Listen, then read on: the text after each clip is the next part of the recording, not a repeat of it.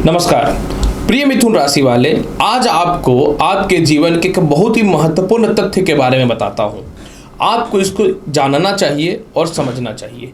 देखिए मिथुन राशि वाले, आपके जीवन में 10वां घर जो होता है ये कर्म क्षेत्र का होता है, जहां पे 12 नंबर लिखा होता है। और कर्म क्षेत्र जो होता है ये प्रत्येक मनुष्य के जीवन में उसके पिता का सुख, उसके नौकरी व्यवसाय में स्थिरता को दिखाता है। और साथ में जो मनुष्य अपने जीवन में कर्म करता है उसके उस कर्म के पद के सम्मान को दिखाने वाला होता है। तो प्रिय मिथुन राशि वाले, आपके कर्म क्षेत्र के मालिक जो होते हैं ये देवगुरु बृहस्पति होते हैं।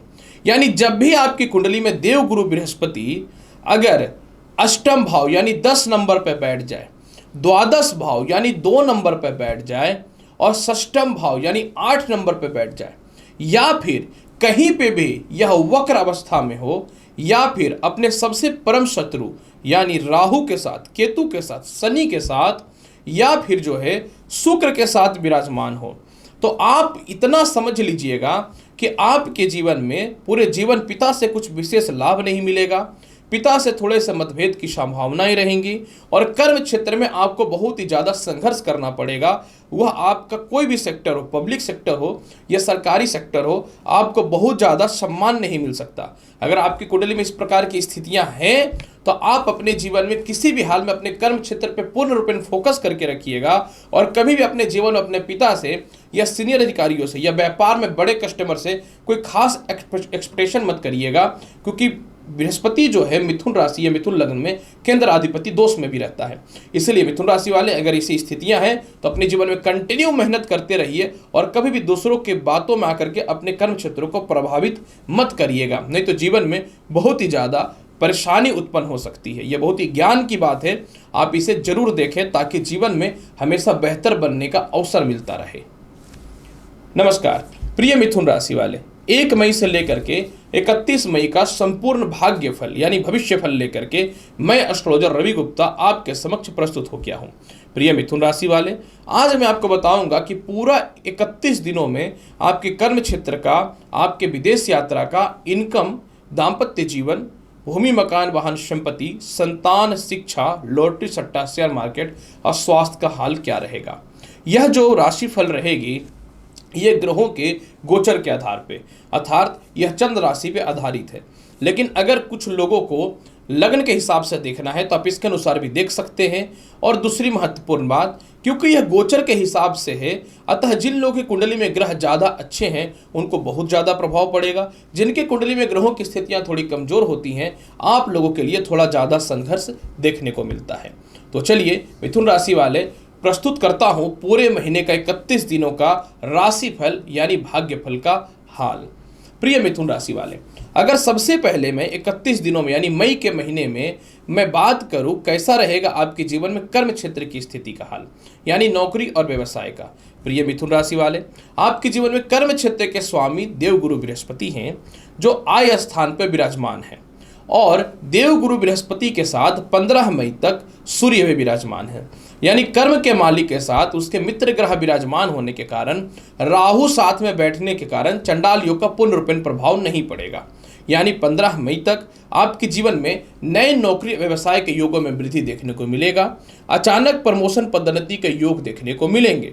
इसके अलावा 15 मई तक जिन लोगों को नौकरियां चली गई थी उसमें सुधार के अवसर देखने को मिलेंगे। और साथ में जो है जो लोग अपने जीवन में विदेशों से एक्सपोर्ट इंपोर्ट से रिलेटेड काम करते थे, आप लोगों के लिए 15 मई तक हाल बहुत ही बेहतर देखने को मिलेगा। लेकिन यहाँ पे एक मामले में थोड़ा आपको सावधान रहना है। 10 मई को क्या होगा कि आपके जीवन में मंगल वह द्वितीय स्थान पे चले जाएंगे, और द्वितीय स्थान नीच का होता है। यानी 10 मई के बाद आप अपने कर्म क्षेत्र या व्यापार में जो है कोई भी हड़बड़ा करके नौकरी व्यवसाय में परिवर्तन मत कर लीजिएगा, या परिवार के लोग, फ्रेंड सर्कल, कलीग या व्यापार में जो कोई बड़े आपके कस्टमर है या आपके दोस्त यार है, इन लोगों के चक्कर में आकर के कोई बड़ा परिवर्तन मत करिएगा। मतलब सोच समझ करके 10 मई के बाद आप निर्णय लीजिएगा। हालांकि एक बात मैं बताऊं, 14 मई तक जो है आपके जीवन में निश्चित तौर पे कह सकता हूं कि सूर्य 11th हाउस में विराजमान है, और यह जो है पंचम भाव पे सप्तम दृष्टि डालेंगे। तो आपके जीवन में 15 मई तो बहुत खास लॉटरी सट्टा शेयर मार्केट का लाभ नहीं है, लेकिन यहाँ पे जैसे ही सूर्य 15 मई को द्वादश स्थान पे जाएंगे और 2 मई से शुक्र लग्न भाव पे आ जाएंगे, तो आपके जीवन में 2 मई के बाद लॉटरी सट्टा शेयर मार्केट थोड़ा लाभ मिलेगा, कुछ खास नहीं मिलेगा, लेकिन 15 मई के बाद लॉटरी सट्टा शेयर मार्केट में बड़ा लाभ दिखना चालू हो जाएगा। अगर मैं बात करूं कैसा रहेगा आपके जीवन में विदेश यात्रा की स्थिति, देखिए मिथुन राशि वाले, आपके जीवन में भाग्य स्थान में शनि गोचर कर रहे हैं, जो सस नामक राज्यों को उत्पत्ति करके रखे हुए हैं। 15 मई को क्या होगा कि सूर्य द्वादश स्थान पे जाएंगे और यह आपके जीवन में विदेश यात्रा को लेकर के प्रबलता दिखाना चालू कर देगा। हालांकि देखिए आज के समय में विदेश यात्रा को पैशन माना जाता है, लेकिन पहले इसे बहुत ही अशुभ माना जाता था। 18 वर्ष के ज्योतिषी करियर में मैंने देखा है कि जिन लोगों का द्वादश और द्वितीय खराब है वो विदेश में है। हालांकि जाने के बाद बहुत लोगों का तो स्थिति ऐसे भी बहुत अच्छा नहीं है, लेकिन विदेश यात्रा होता है। तो आपके जीवन में 10 मई के बाद जैसे ही मंगल द्वितीय भाव पे जाएंगे तो विदेश यात्रा के योगों में प्रबलता दिखनी चालू हो जाएंगी, और 15 मई के बाद जैसे ही जो है सूर्य द्वादश स्थान में जाएंगे तो विदेश योगों की प्रबलता बढ़ जाएगी। यानी आपके जीवन में निश्चित तौर पे 10 मई के बाद विदेश यात्रा का योग प्रबल है, लेकिन परफेक्ट जाने का योग जो है आपके जीवन में वह 15 मई से होना चालू हो जाएगा। अगर मैं बात करूं कैसा रहेगा इनकम का हाल, बिना धन का तो कुछ होने वाला नहीं है। देखिए आपकी कुंडली में आय स्थान में वर्तमान समय में सूर्य, बुध, बृहस्पति और राहु विराजमान है, और ये चार ग्रह आय स्थान में बैठना ये शुभकारी है। 15 मई तक अचानक धन की प्राप्ति होती रहेगी, और 15 मई के बाद आपके अचानक इनकम में थोड़ी सी कमियां देखने को मिलेंगी। यहाँ पे एक बात मैं अवश्य बताना चाहता हूँ आपके जीवन में मिथुन राशि वाले कि 10 मई से मंगल द्वितीय भाव में जाके नीच का हो जाएंगे। तो आपको कह सकता हूँ कि मंगल जब नीच के होंगे तो द्वितीय भाव आपके अचानक धन का होता है और धन संचय का भी होता है। तो आप अपने जीवन में 10 मई के बाद मोटा कोई भी इन्वेस्टमेंट करने से पहले बचिएगा और ज़्यादा से ज़्यादा धन बचाने का कोशिश कीजिएगा, क्योंकि जैसे ही मंगल नीच भाव में जाएंगे ना, परिवार के लोग मित्रों से लव लाइफ में आपके अचानक व्यर्थ के खर्च होने चालू हो जाएंगे, यानी मांगना चालू कर देंगे। तो आपको अवॉइड करना है। जब आपको पता चल गया है कि परिस्थिति खराब है, इसके बाद भी आप नहीं सुधरेंगे, तब तो भगवान ही मालिक है। तो मैं यही बोलूँगा कि आपको 10 मई के बाद अपने धन को बचाना है तो बेहतर रहेगा। जबकि लॉटरी सट्टा शेयर मार्केट में 2 मई के बाद इनकम का सोर्स चालू हो जाएगा, अचानक इनकम का सोर्स जो है आपके जीवन में चालू हो जाएगा। अगर मैं वैवाहिक जीवन की बात करूं, सीधी बात करता हूं, आपके जीवन में 10 मई तक वैवाहिक जीवन में क्लेश, मतभेद, परेशानियां रहेगा, क्योंकि सप्तम स्थान पे मंगल की दृष्टि है। मंगल, राहु और शनि की दृष्टि ज्योतिष शास्त्र में और सूर्य की दृष्टि को बहुत शुभ नहीं माना जाता, खास करके विवाह के लेकर के, क्योंकि चारों की खुद की वैवाहिक जीवन स्थिति गोल है और मंगल देव तो खुद विवाह किए ही नहीं है।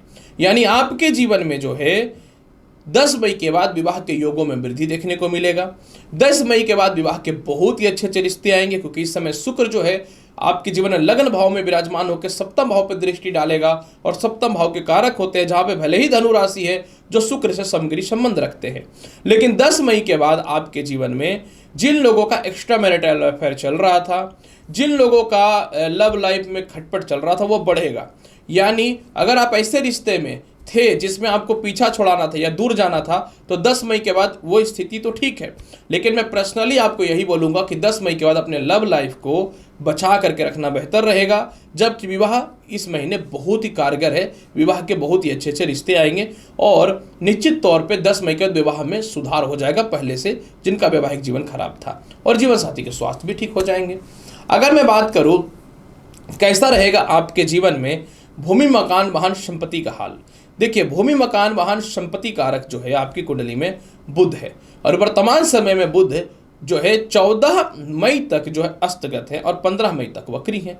यानी आपके जीवन में 100% जो है मिथुन राशि वाले बुध तो लग्न के मालिक होते हैं। 14 मई के बाद भूमि, मकान, वाहन, संपत्ति का बहुत ही प्रबल योग है, क्योंकि 10 मई तक मंगल की भी चतुर्थ भाव पे दृष्टि है, जहां शत्रुगत बुध की राशि कन्या है, जिसका मंगल से शत्रुवध संबंध है। यानी आपके जीवन में 15 मई के बाद भूमि, मकान, वाहन, संपत्ति का हाल बेहतर है। माता से भी जो है आपके कलेश थे या मतभेद थे वह दूर हो जाएगा। संपत्ति विवाद इसको लेकर के, या संपत्ति विवाद या सरकार के लोगों से या सामाजिक लोगों से संपत्ति विवाद भी सॉल्व हो जाएगा, और पिता से तालमेल भी आपके समय बहुत ही बेहतर हो जाएंगे। हालांकि देखिए भाई बहनों से, रिश्तेदारों से जो है आपके जीवन में 15 मई से हालात या रिश्ते खराब हो सकते हैं, इस मामले में थोड़ा ध्यान दीजिएगा।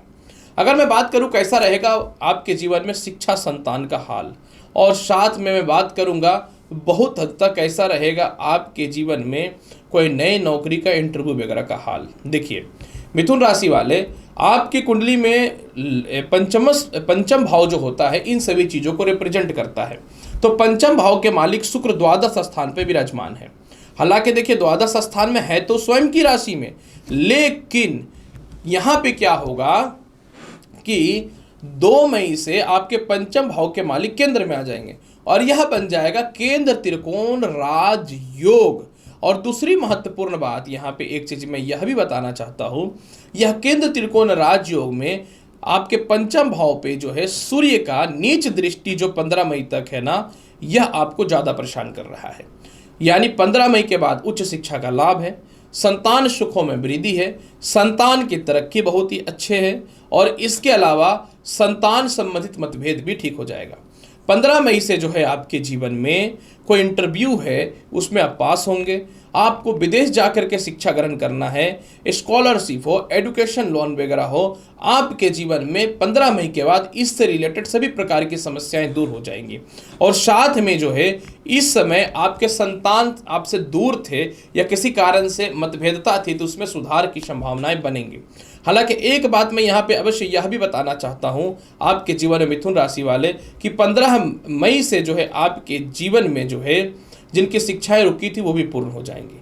अगर मैं बात करूं स्वास्थ्य का हाल कैसा रहेगा, स्वास्थ्य कारक आपके कुंडली में मंगल है और मंगल जो है ये 10 मई से नीच के हो रहे हैं। यानी आपके जीवन में 10 मई के बाद थोड़ा कर्ज बढ़ सकता है, थोड़े से दांतों से रिलेटेड, पेट से रिलेटेड समस्याएं हो सकती हैं, गले से रिलेटेड समस्याएं हो सकती हैं, इसमें आपको ध्यान देने की आवश्यकता रहेगी। इसके अलावा मिथुन राशि वाले, अगर मैं बात करूं कैसा रहेगा भूमि आपके जीवन में कैसा रहेगा केस मुकदमा और ससुराल पक्ष का हाल, तो ससुराल पक्ष कारक शनि बहुत ही प्रबल पोजीशन पे है, लेकिन केस मुकदमा और कर्ज की स्थिति जो है आपको 15 मई तक सॉल्व होता हुआ दिखेगा। केस मुकदमा या कर्ज को लेकर के आप 15 मई के बाद थोड़ा सावधान रहेंगे। अगर मैं उपाय की बात करूं तो मिथुन राशि वाले पूरे के पूरे महीने आपको क्या करना है, गणेश चालीसा का पाठ करना है।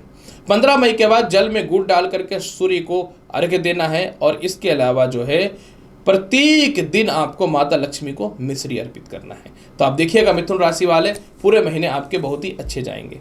तो प्रिय मिथुन राशि वाले, आज मैंने आपको जानकारी दिया कि कैसा रहेगा 1 मई से लेके 31 मई में संपूर्ण ग्रहों की स्थितियों का हाल, यानी संपूर्ण राशिफल। उम्मीद करता हूं कि बताई गई जानकारी से संतुष्ट होंगे। चैनल पर नए हैं तो लाइक करिए, शेयर करिए, सब्सक्राइब करिए। मिलता हूं अगली वीडियो में और महत्वपूर्ण और ज्ञानवर्धक जानकारी के साथ। तब तक के लिए नमस्कार, अच्छे से रहिए, धन्यवाद।